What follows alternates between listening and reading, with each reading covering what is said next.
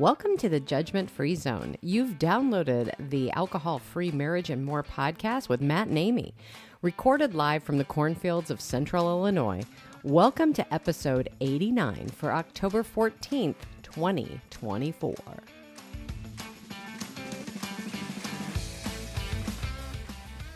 Well, hello there, children. Welcome back to your freak show that is the Alcohol-Free Marriage and More podcast. Those who've listened before notice I didn't say weekly because it's been a minute.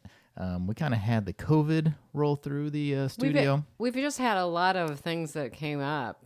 Like we were real busy. We got very busy. We got busy, and then we got sick. But, you know, look at this way. We don't need our booster shot now, so we're good there. Yeah, I finally got the vid. Finally. Yes. And then she was, you know, as marriages are, she shared it with me. I thought I was in the clear, and then I wasn't. Oh, my gosh. Guys, I mean, it was one of those that it took me out. It just made you very, a lot of sleepy time. Yeah, I mean, but like sore throat. But it started with your typical, like you think it's going to be like, just the flu, the body aches, fever, that kind of stuff. And then that went away. And then I started to feel better. And then, that was on a Friday. Saturday, I decided, I'm feeling better. Let's power through. Sorry, people exposed you to. And then Sunday, it was just like, nope. Sore throat came in and didn't go away until like Wednesday. I mean, it was just it was bad news. I think I finally did I finally go back to work on that Friday? Yeah, full week. Yeah. And even doing that, it was like, I gotta go. I dug out some of those old COVID tests, and I'm like, it probably won't be. Like, I'm like, Amy, you couldn't have COVID. Here's the thing. So we did it twice. Even though we took that test because we had a bunch. Well, we did, but they were hilarious because it was like completely dried up. A couple of them were, yeah. But honestly, it's because we were supposed to be with our small group that we're leading at our church. No matter what, I had no business. I don't care if I had COVID or if I just had the flu or whatever. Yeah. And I think that is one of the. And you didn't treat it any differently, but. I didn't. But it was nice to be able to test. So you're like, okay, you really are sick, and we really don't want to give this to people. So I know, which is stupid to have to test and just say, "Oh, I'm really sick," because I really was sick. Yeah, you didn't need you shouldn't have had to have a test to say, flu or otherwise. You don't want to give whatever that was to people. Exactly. But anyway, but I shared with you. But in the last podcast, we had Sister Susie in with your brother, our brother-in-law Eric, because your dad was having some heart attack issues, but he seems to be on the mend. He is on the mend. I mean, the man is surviving and doing really pretty well, all things considered, and we just keep praying for him to keep that ticker going. Modern science is pretty amazing. Yeah, so it is. But no, he's doing well. It is. He's quite the gift. And speaking of gifts, Amy, you are. Well, I'll say our friend, but your friend, Suzanne, your business partner, your partner in crime and all this, sent you this lovely care. It was one of those care packages like, I wish I cared about people as much as people like her because it was so thoughtful. It had like this little mug and this little... Oh, no, it was like it was like this coffee mug because her and I have never met in person, but she is like turned into this, she's a family member. Yeah. I mean, that's how I feel about her. And your sister from another mister. I guess, yes. Yeah. But she made me this really cute, and maybe we'll show pictures in the YouTube version of this, but sent me one of those really cute mugs that has her state and my state. Like that little cute hearts across, little connection thing, and then a big tumbler that has Arizona things. So she's out in Arizona. All these cactuses and everything. One of those kind of like a Stanley giant one of those, and then she sent me an Ember. The Ember, like rechargeable coffee mugs that keeps your coffee warm or your tea or whatever. Yeah, and I have to say that is pretty awesome, and I am sharing it with you. Amy goes, that's a great gift idea. I'm like, really? I've only been asking for one for about 4 years now. Maybe. And I didn't need one. Maybe this year Maybe I'll put that on the list from the kids. Now that I can use her mug when she's not using her mug. So. But what's funny along with that though is I realized, as you have done for years with me, I have my coffee. I make my big. I have one of those. I have a lot of them. Those Ray Dunn mugs. So it's a big mug. And I make my coffee in the morning, and I drink it pretty much. Through the morning, but I discovered that I do like cold coffee. You basically like I like to homemade iced coffee. I like to make it and then just keep going with it. Slow brewed iced coffee. Because I could not. I put it in the little mug and I'm like, it's still hot. Oh man, this is really hot. Now, what that mug has been perfect for is your tea. It's tea. Because here's the thing, your tea gets cold, you like it warm, so you put it in the microwave and then you forget leave it about it. Yeah. For hours. And then I come back and I try to reheat it and then I forget it. And super handy when you're sick because you can have a warm cup of tea right there. It really was great. Mm-hmm. So I would highly recommend this as the gift to this holiday season. I mean, they've been around for a minute, but yeah. But I didn't. Every time I've looked at it, I've been told I didn't need one. You don't need and then one. as I open up, ridiculous. I'm like, seriously, she got you one of those? First off, does she like you that much? Second off, sweet Coach Suzanne, you win. Thank you so much. I absolutely appreciated it and warmed my heart. And your tea. And my tea. So it's pretty awesome. So. All right, Coach Amy, let's get to our drinks of the week here real quick before we get to our interview with Tanya. Go ahead, Matt. You start. I actually have two. One I found, and you'll only be able to see it on the YouTubes. Of course, I guess you'll only see any of this on the YouTubes. But true story. Yeah. I found this. So we've always gone, our two go-tos are Benny's and Hy-Vee in around here. They've got the best kind of NA selection. They really do. I mean, there's other choices around town. But so you went to Friar Tuck. So I haven't been to Friar Tuck in a while. A little scattered all over the place. Nothing different than you can get at your Hy-Vee or Benny's necessarily. But I did run across, and it was only sold in single bottles. It's called it's Polish, so I'm sure I'm... KULTOWE? It's KULTOWE? PROZDROWOTNE. I don't know. It's a Polish lager. Let's put it that way. That's the easiest way. It's pretty good. I found their website all in Polish, so luckily Google could translate it for me. So that helped me quite a bit. But no, it was really good. I'm like, I don't even know what this is. So I bought a bottle of it. I'll have to go and get another. Which is something I appreciate. I'm like, and I think Hy-Vee will sell you individual cans of some of the NA beers. But it's kind of neat to be able to just have one, see if you like it. You always had to buy a 6-pack. Very good. But the other, because it is still October and Oktoberfest, not all of them, most of them are still available. Athletic Brewing's Oktoberfest, always a solid one. Yeah. Always a solid one. I still say Untitled Art wins. I would put Athletic and Go as kind of a tie, and then I sadly, so I partake. Yours is kind of on my fourth. It's just really light. It's really light.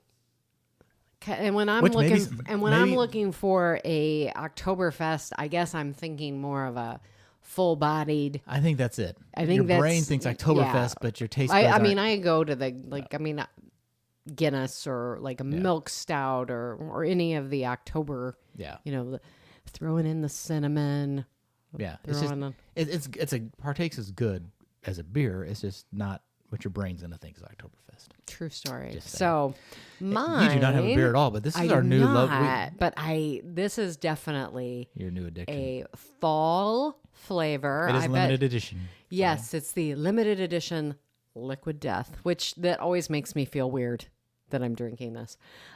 It's called Psycho Cider, and it's it kind of has this appley. Yeah, I hope it goes. Flavor. I hope they carry it through the holidays too, because it's really good. I really like it a lot. It's been, and since isn't it a 0 calorie? Yeah. No, it's 20 calories. Oh, it's 20. Oh, because of the 20 flavor. calories. The regular water would be 0. Got some 4 added sugars, but if you really want, Amy, you can buy a Liquid Death cold plunge. It is $1,700, but I just think I'm good on that one. But But no. I think we are going to be filling it up now. Now that your the tomato tomatoes plants- have been moved out. Tomato plants are done. We have moved into, I think we can go ahead and start doing some cold plunging. Clearly, I need it. there you go. And then the other thing we do not have on this list, my darling, this past week, we celebrated 25 years. Of glorious marriage. And speaking of, what keeps our marriage together, Amy? Our weekly marriage guide that you can download right there in their links. Thank you for the... and while you're there, you can download our Beyond Spirit 7 Tips to Start Your Alcohol-Free Journey. And soon, I'm going to be... probably next show, we'll probably put out... maybe around November.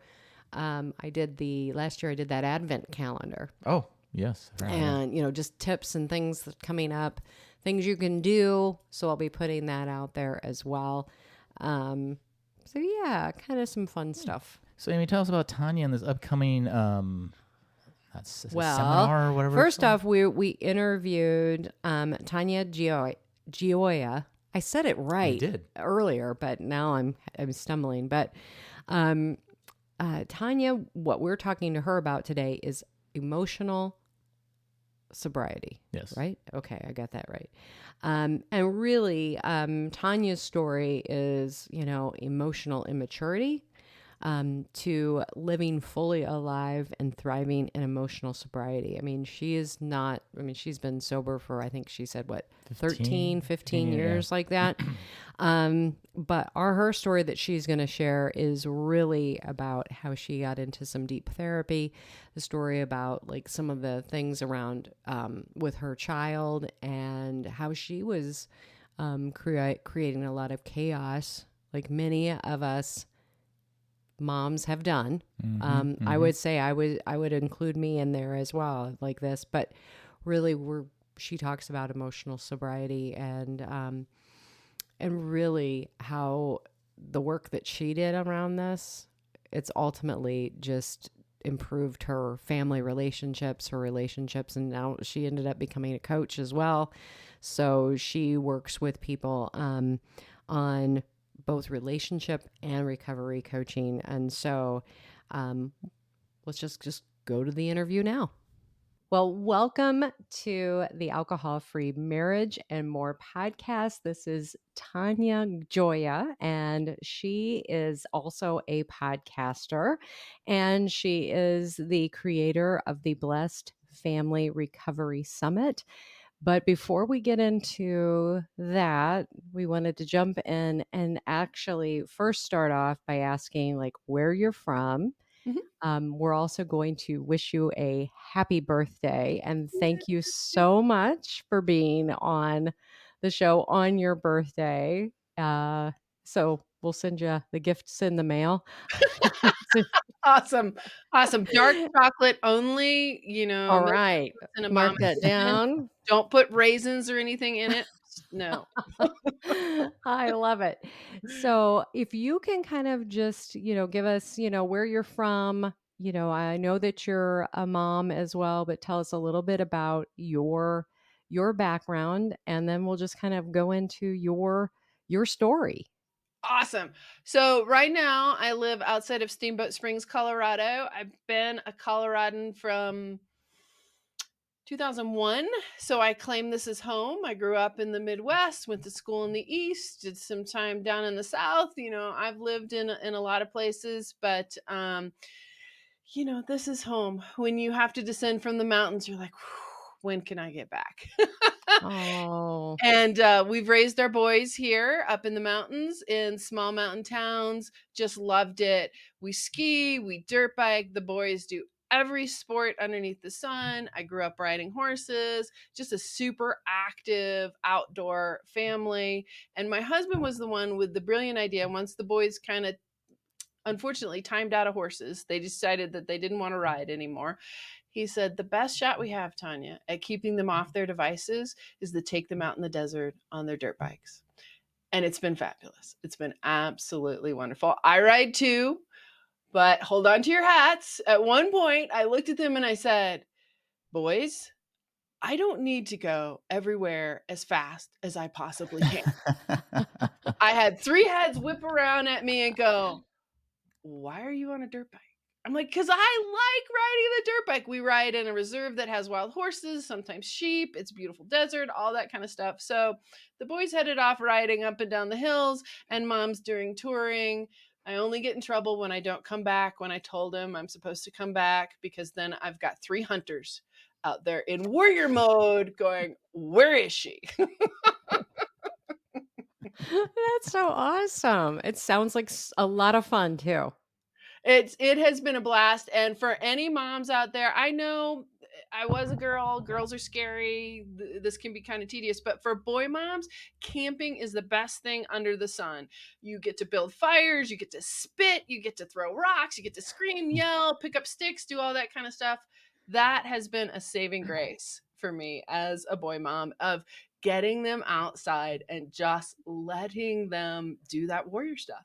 They love it. Oh my gosh, That's I love awesome. it. How old are your boys? So they're 17 and 19 now. I am ending that phase of full-time momhood, which is going to be heartbreaking. On the other hand, it gives me a chance to really step back into me. Not that we're ever not a parent, but to do me full-time rather than having to have dinner on the table at a certain time or making sure that the basketball shoes got to school with the child. Absolutely. Yes, I'm with you. The instrument making it to band camp. Yeah. Yes. You know, those things. Boys don't remember a lot. Hey, you know, I'm at camp. I'm at band camp. Could you bring my instrument? Yeah. Oh no. And he drove himself. Yes. I like. Yes. Well, that's what I said to the youngest. We go to church the next town over because it's a Celebrate Recovery church. It's the one we chose. It's really good for us. And I said, you will get your license at 16. He's like, I don't need to drive. It's no big deal. I'm like, no, you will get your license. I'm not going to haul you to your friends, to youth group, to all these things that are still good, but you need to go. Oh, wow. You don't have to get your license, but I quit driving. I hear you. Exactly. Oh, that's so great. Well, why don't you tell us a little bit about your recovery story?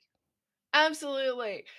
My naivete around drugs and alcohol and substance could fill a room. I mean, I just was not on target. Now, in my household, both my grandfathers were Southern Baptist preachers for their final career in their lives. My father did drink alcohol. My mom didn't. But when my mom's parents came to the house, all the alcohol got hidden. Everything. So I got a really interesting message and I went, I don't really know what this means, and I didn't take it apart. Well, let's fast forward. I am in Colorado. I'm working on a guest ranch. I meet the chef. He's wonderful. We start dating. He shares with me that he smokes a little pot. I said, well, not really part of my life. He said, well, let's try it and let's see. Right? So we do that. Things get more serious. I'm like, I can't marry you unless you're sober. Now, I'm still having occasional drinks at the bar. It's never been a big thing for me, but it is, part of our lifestyle. He tells me he's going to get sober. He goes to AA. I go to Al-Anon. 12 steps, 12 months. We're out of here. We got this taken care of. Drive. Right? And I laugh at myself looking back at this going, you were so clueless as to your life, as to his life. And when we fast forward this even more, we look at the fact that I needed him because I needed to really grow up and be the person I have become. And without the issues that we had in our lives, I wouldn't have become this person. I was dating another young man before I came out to the guest ranch. I would have run him over, made his life miserable, been a bully, been just a horrible person. But this situation set me on such an edge that I am thankful for the addiction that was in our lives. The next thing that I found out was not only was this really serious, and was it serious to the point where we had to separate for 23 months, that I had become a controlling, highly difficult to live with, angry rage monster that had been latent this whole time. And I had displayed it a little bit in college when things got rough. I had displayed it with other romantic relationships, but when life really got tough, it just blew up everywhere. So I go to Al-Anon, I get a therapist, I do the work, I do those things, and I think we've kind of leveled out. But here's where my story of recovery really begins. My son, who had been through this trauma with us, our oldest one, who had been through a lot of trauma with us, he was really struggling with relationships, with how he handled himself, with what was going on. And this was kind of early teens.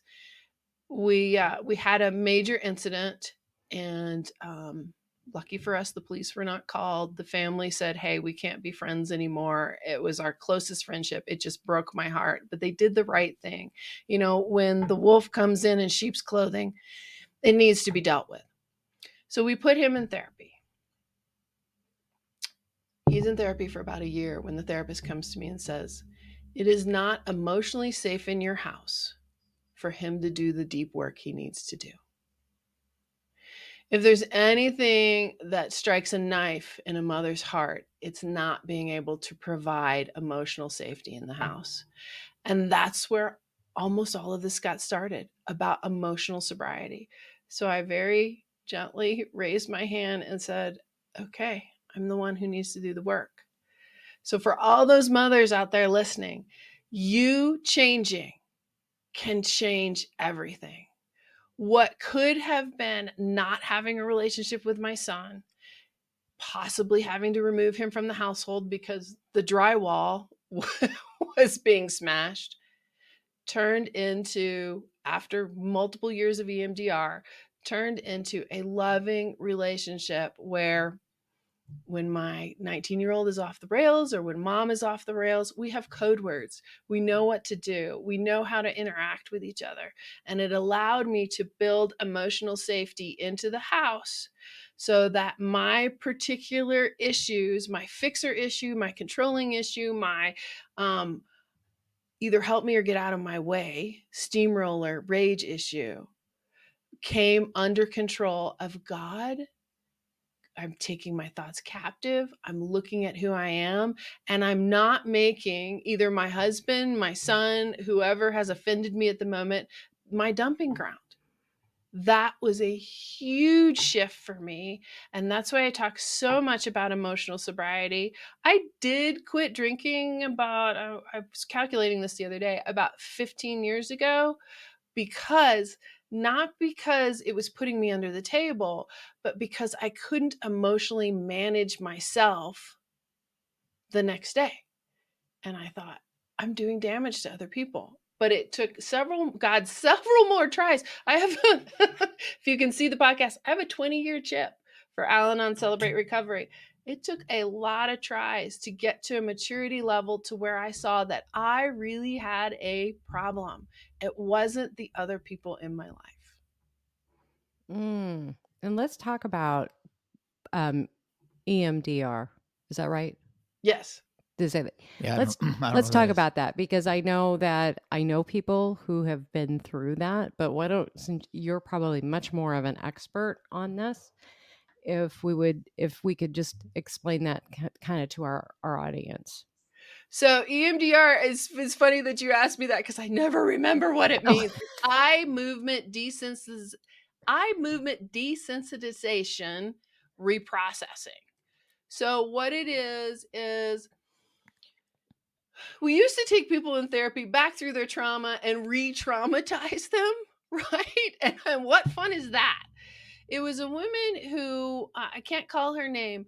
She was dealing with cancer treatment at the time, and she was walking outside and she was moving her eyes rapidly back and forth, trying to make sense of what was going on in her life, because she could literally die.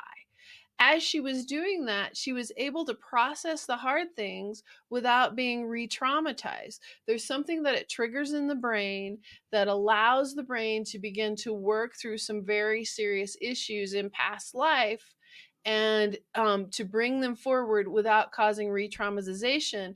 And then when you think about, okay, this is how I felt when that trauma was happening to me, what your therapist will guide you through is, let's replace those thoughts with more of reality of what was happening. And then let's replace them with empowered feelings of, now, typically they do this a lot with adults who had childhood trauma. Now, as an adult, I can say, hey, this will never happen again, because I know as an adult, I can take care of this. I can do these things. So you go from trauma to awareness to empowerment. And what it does, this is how the therapist put it to me is it takes years off of what people used to do in psychoanalysis. It makes it happen really, really, somewhere between 6 and 18 months. It makes it happen really, really fast. And then it's resolved. So it's an amazing process if you have the opportunity to do it. That sounds great. I mean, I know I've never had anybody who's done it on the show and explain it like that. So thank you, because I've heard a lot about it. I've heard like on other podcasts, references to it, but not really understanding it. And so that's great that you were able to do that. Did your son do this type of therapy as well, or? So he got started with it, and that's when he and the therapist, remember he's of age, he's 13, 14. So he and the therapist decided this is not something he can continue with in the household environment that we have provided him with, right? So what happened was, by me going through this is where the power of one comes in. By me going through this, it changed the whole dynamic of the household, right? Because I'm the primary caregiver. I'm the one who is setting up the household. This is horrible, but I'll tell this on myself. So my family would scatter when I walked in the door. I mean, do you want your family to scatter when you walk in? No, you want them to say, hey, how are you? How was the day? What's going on? Let's sit down and have a meal together. They would scatter because mom would come in and be like, why is that not done? Homework done? This done? Where are your shoes? Why are there dishes in the sink? What's happening over here? I came in. I was already having this conversation in the car before I got in the house. I'm like, this is not going to be done. That's not going to be done. That's not going to be taken care of.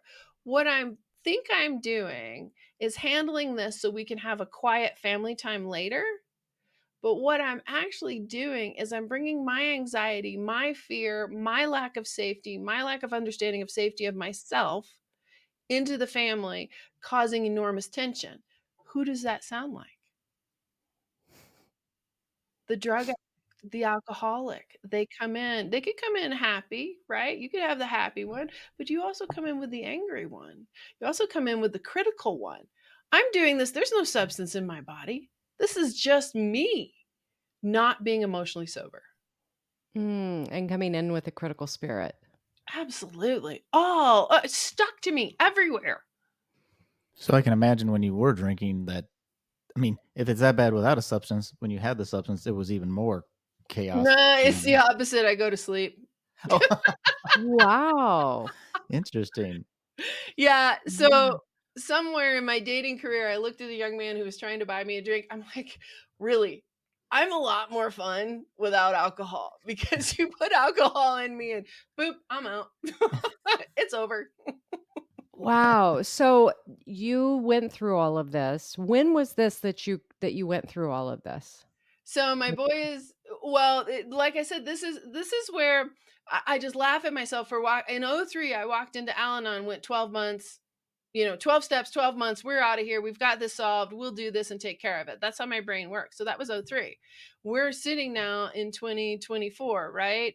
So the EMDR hit, what? He was 13, he's 9, but 7 years ago, 6 Okay. years ago, right? And in between there, I did a lot of other programs. That's why I really believe in EMDR. And we were functioning. I didn't realize I had childhood trauma. I didn't realize. So if you think about this, so I only have clear lenses in front of me, but if you think about it, say my lenses were covered in purple. Well, I saw everything through this childhood trauma. I saw everybody through this childhood trauma, was not aware of it at all. And until, we walked through this and I was able to take off the lenses, I couldn't see myself. And that's what I coach women around is, hey, I realize that your husband, your child, there's a lot going on, and yes, the addiction they're doing is a problem. How much of that have you invited in? How much of that can you not see? And how much of that have you escalated by not having good boundaries, not having a solid identity in Christ, and not taking care of yourself? I mean, Amy, I hadn't been to the doctor in 10 years. I hadn't been to the dentist in 15 years. because it wasn't my job. My job was to take care of all my men. That was my job. Right? Wow. They got to the doctor, they got to the dentist, they got all those places. Now, was I sometimes mean? Yeah. Because my cup was so empty that I was doing all of these things out of just sheer willpower. And let me ask this too. Was there this sense of this victim mentality?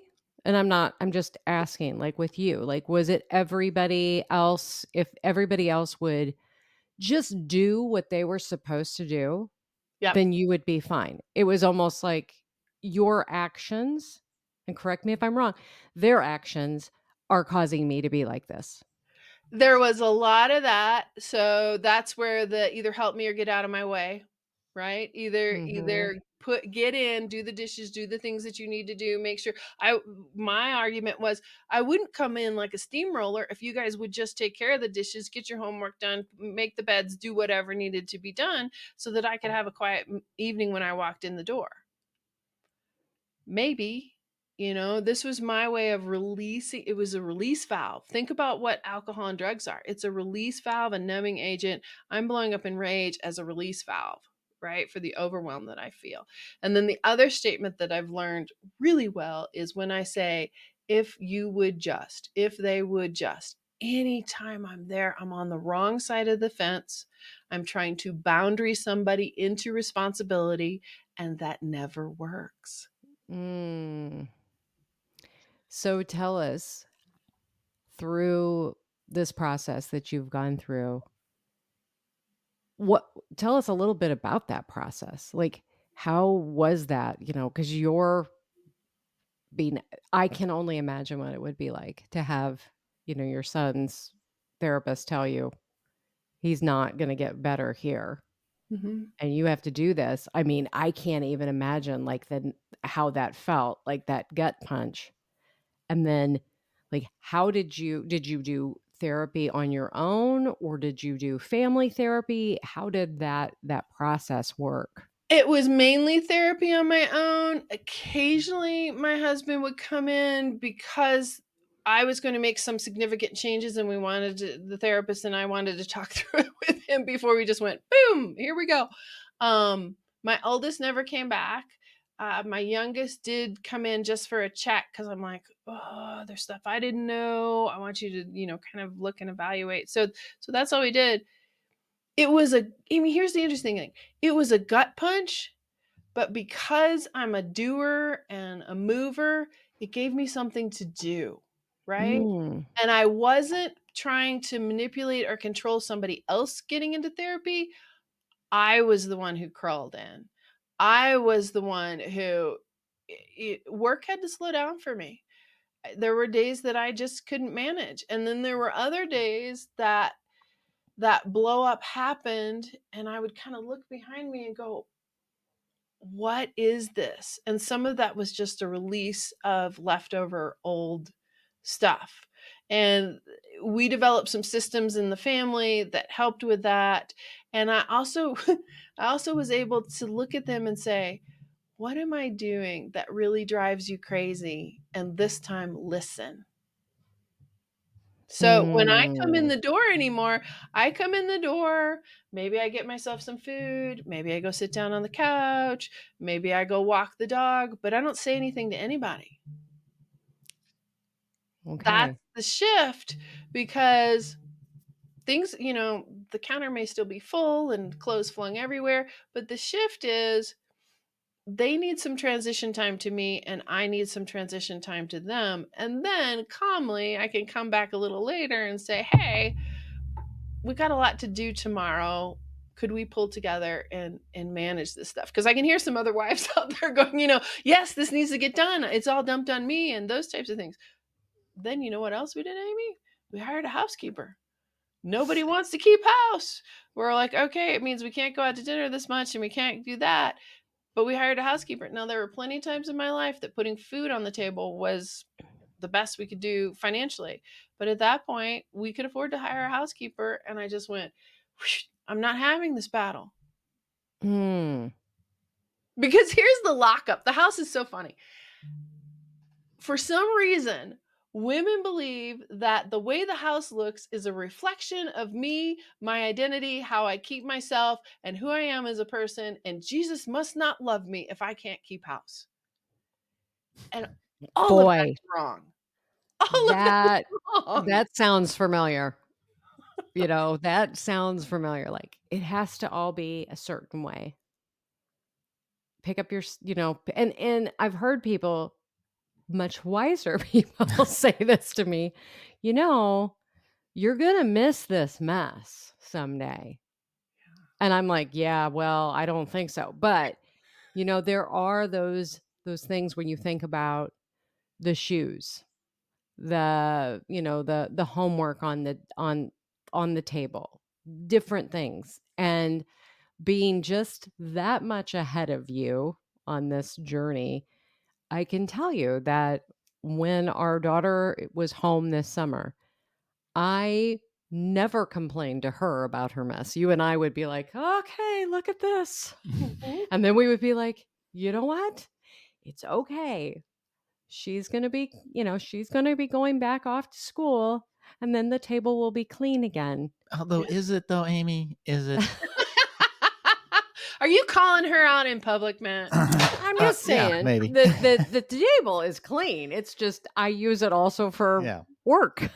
Maggie had to get her stuff out so Amy could put her stuff down. That was how that worked. But it does. There's just those things where you look at these things that set us off, and I guess do you know where that came from? Like living.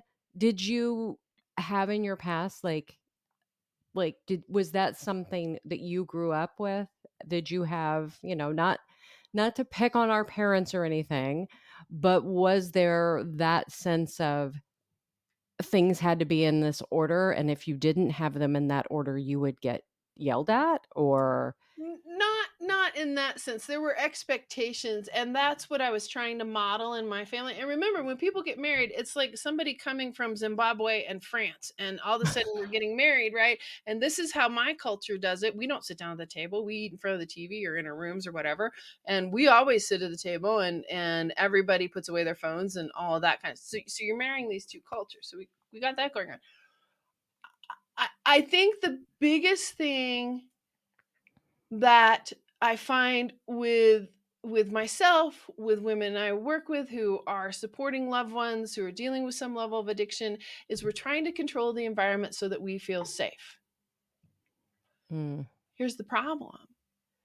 We can control the environment all we want. That doesn't change the addictive behavior, right? So I'm not saying don't set expectations, don't set boundaries, don't ask for these things to happen. I'm just saying, look at what the real issue is.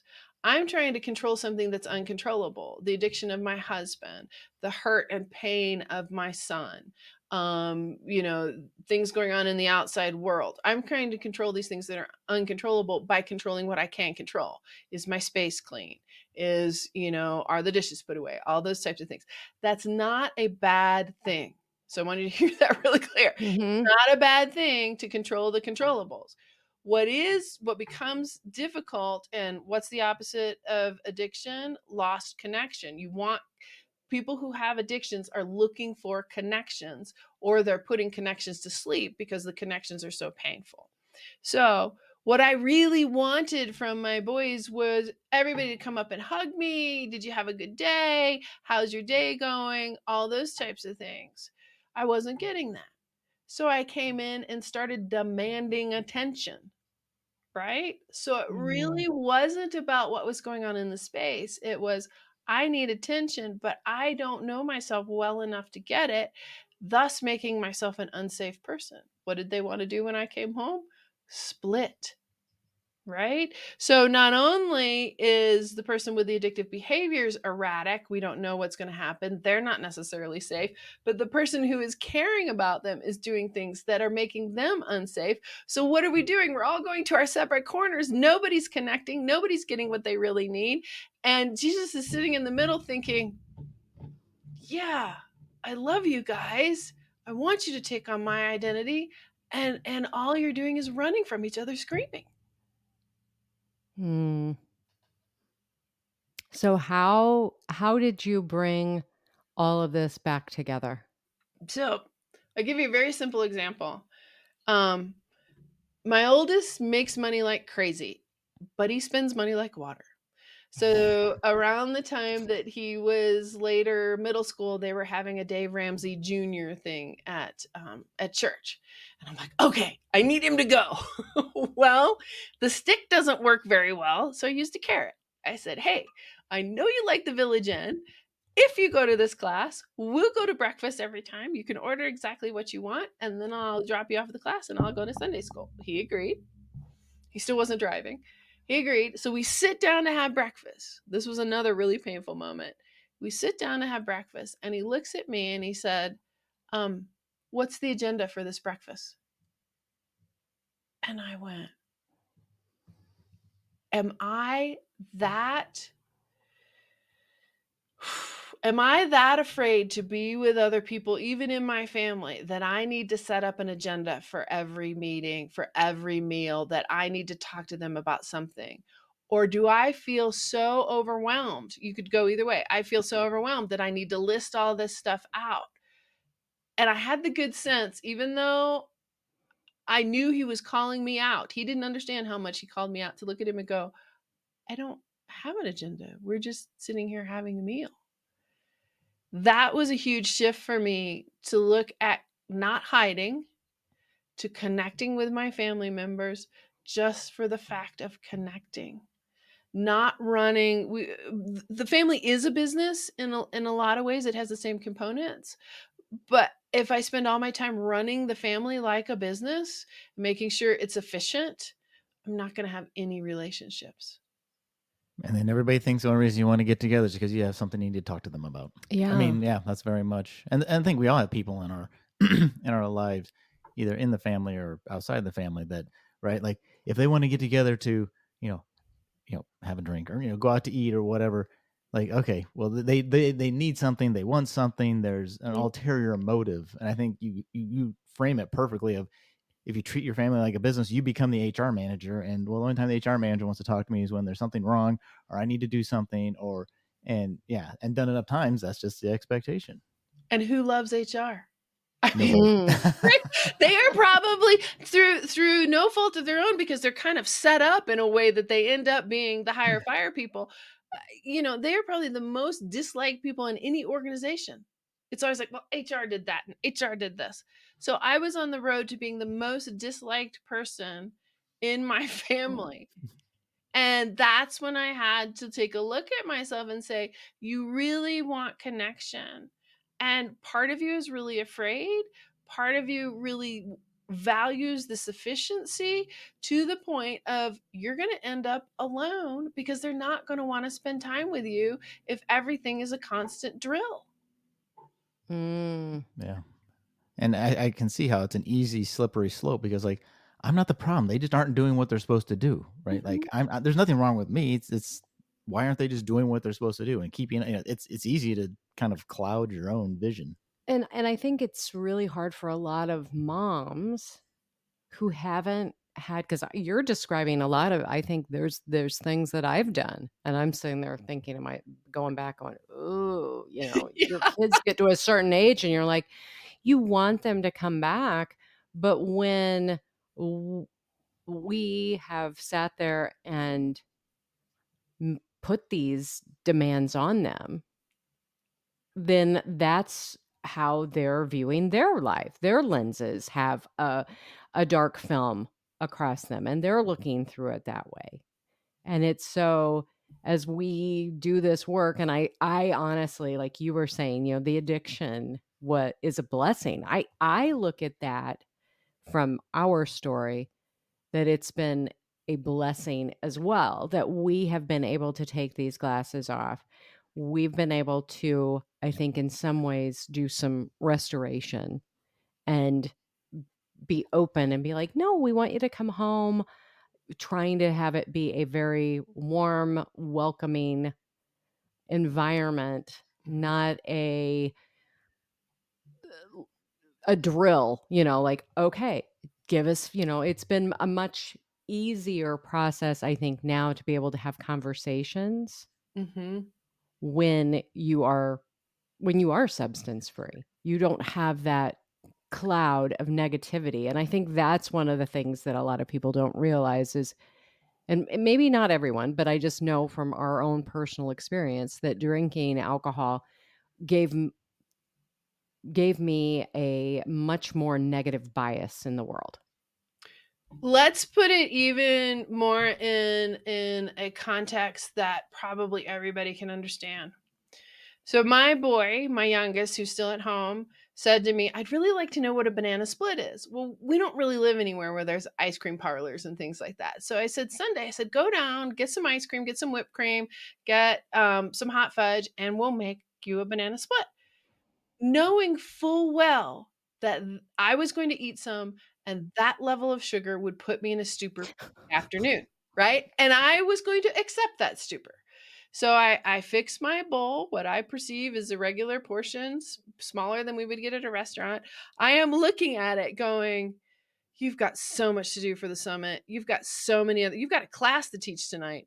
Are you really going to do this? And I did. Not only did I end up in a stupor for the rest of the afternoon, the next morning, I'm in my prayer closet, I'm doing my meditation, I'm talking to God, I am weeping. I am all over the place for the rest of the day. Imbibing that level of sugar took me so emotionally off balance. It was lucky that other family members were gone for the day. So to look at the things in it, we were talking about Fit Church, to look at the things that I'm putting in my body, and me eating the ice cream bowl wasn't sinful. It wasn't against anything that God has created, but all we have the choice to make it, but not all choices are beneficial. So when we're talking about emotional sobriety, when we're talking about sobriety of any kind, being aware of what will set your triggers off. Are you hungry, angry, lonely, tired? Have you put in too many hours? Do you need to walk into your family and say, I'd really like to have dinner with you? I don't think I can emotionally sit here and be pleasant and be kind. I think I'm going to be all over the place. So I'm going to excuse myself and go take a bath, go take a shower, go walk the dog, eat a carrot, whatever you're going to do, right? I've heard so many people who have gotten sober. That's stage one, and it has to happen. But the next piece is you can be sober for 6, 10, 7, 12, 30 years, but still not understand how you emotionally function, what your identity is in Christ, who you are being formed to be, and still act out of. That's what I was trying to pull up. I've got a quote from James. It says James 1. I don't have the exact address. God's righteousness doesn't grow from human anger. So remember, I'm trying to do all these things and push people into what I think they need to be doing for their own good. But God's righteousness doesn't grow from that. And we can look at the prodigal son. Who got it? The prodigal got it. The righteous older brother says, you owe me. We have a contract. He never got it. That's the person I was. And without the addiction, without the hard times, without the therapist saying, your house is not safe, I wouldn't have grown up. God was in every step of it, moving me forward into an adult place. Because what my son didn't need when he was 13 was his mom being a 15-year-old teenager screeching at him. Yeah. That is so good, because I know that doing the work that I've done, I remember being in an argument with my daughter, who at the time was probably, I don't know, 17, 18 years old. And I am having this argument, and in my mind, I'm like, you are not a teenager. You are not a teenager. You are not a teenager. Absolutely. You are the adult. You are just going to not respond as the teenager. You are going to you're going to remain calm. And inside, you're like, it's like a ping pong going all over in your head.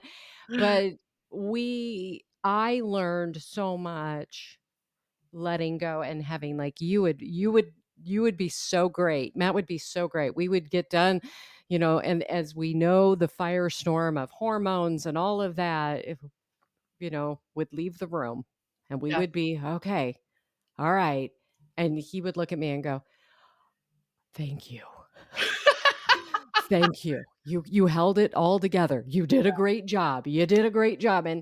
And doing that, I think, has now in turn, we still have those rough moments because we have an adult in training, Mm-hmm. and being able to now going, okay, she's home and we're having a conversation. And again, if something comes up, it's like, you're the adult. You have the life experience. You have this. You can just calmly say, you know what? We can have a conversation about this later. Or do you need any information? Do you want me to help you with this? Or do you want to just vent? And that's okay. Mm-hmm. It's okay to just vent, but it's also, how are we going to move this forward? And so I think that has been something that has happened for us naturally is well, it is also sitting there going, okay, who's the adult? Who's the adult? Right. And sometimes what we've let our boys see is our failures too. When the oldest turned 17, he was really struggling with school, and we had begun to do more and more hands off. And he came to us with I don't even remember what it was, but we both looked at each other, we looked at him, and at the same time, this was pretty cool. At the same time, we said, son, we've been 17, but we've never raised a 17-year-old. You're going to have to give us a minute to figure out what we need to do here, because we're not sure. And we want your input because, like you said, adult in training, he's coming up. He needs to have some of that input.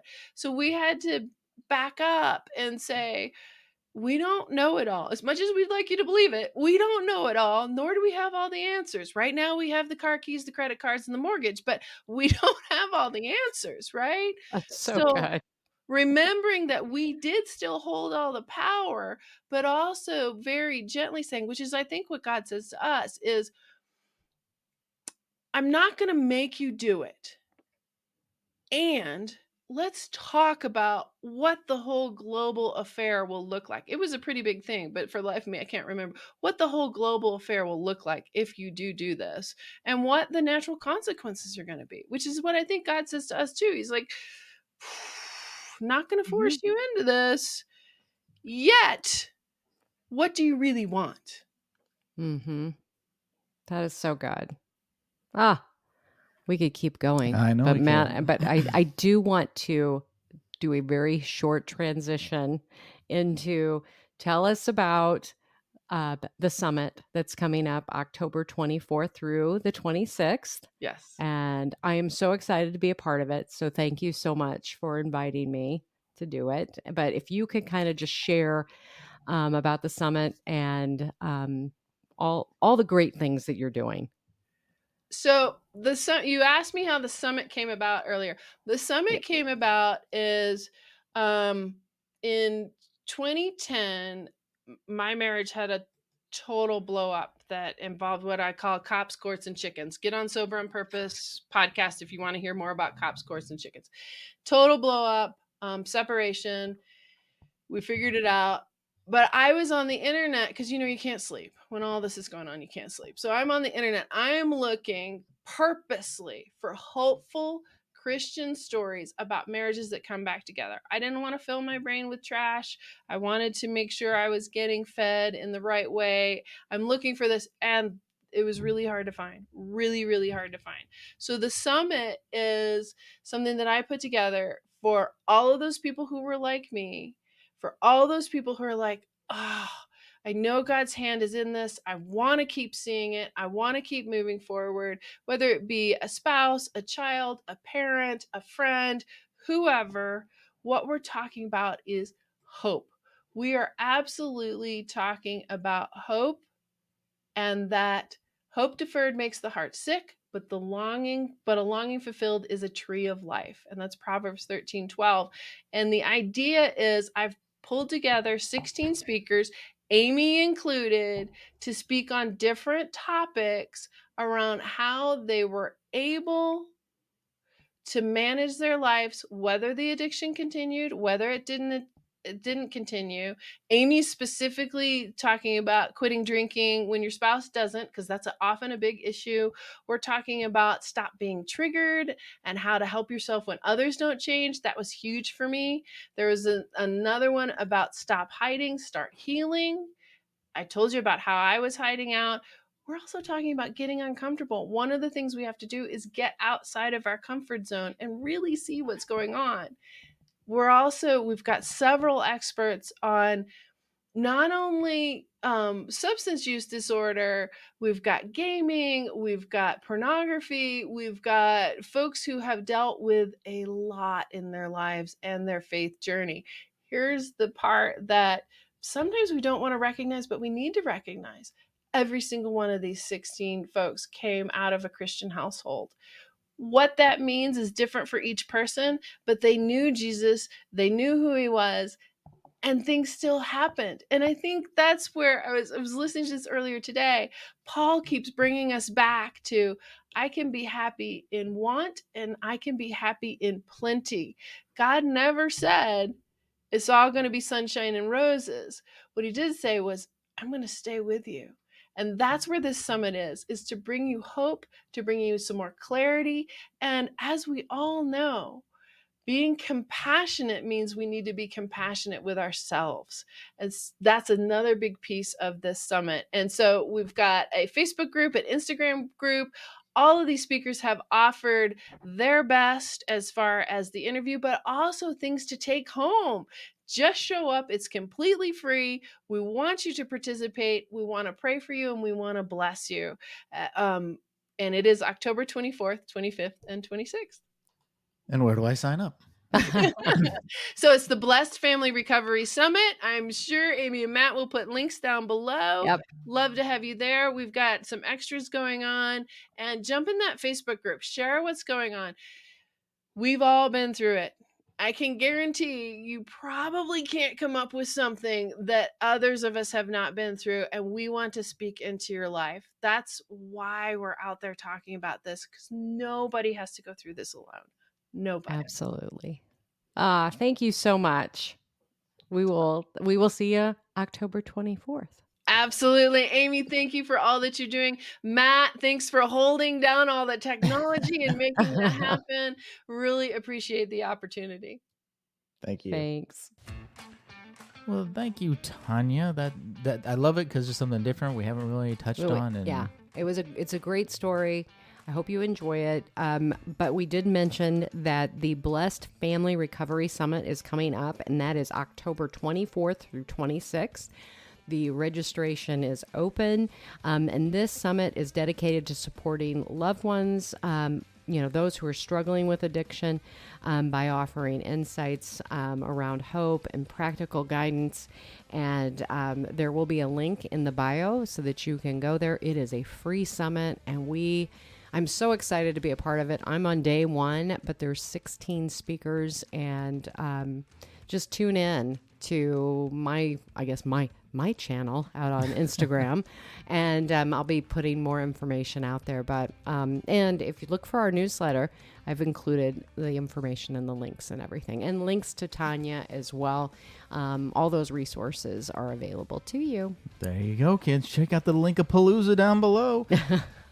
All right. Thanks for stopping by the Alcohol-Free Marriage More podcast this week, kids. We'll check on you next week. Wishing you peace and love from the cornfields. I'm Matt, along with Coach Amy, and we are out.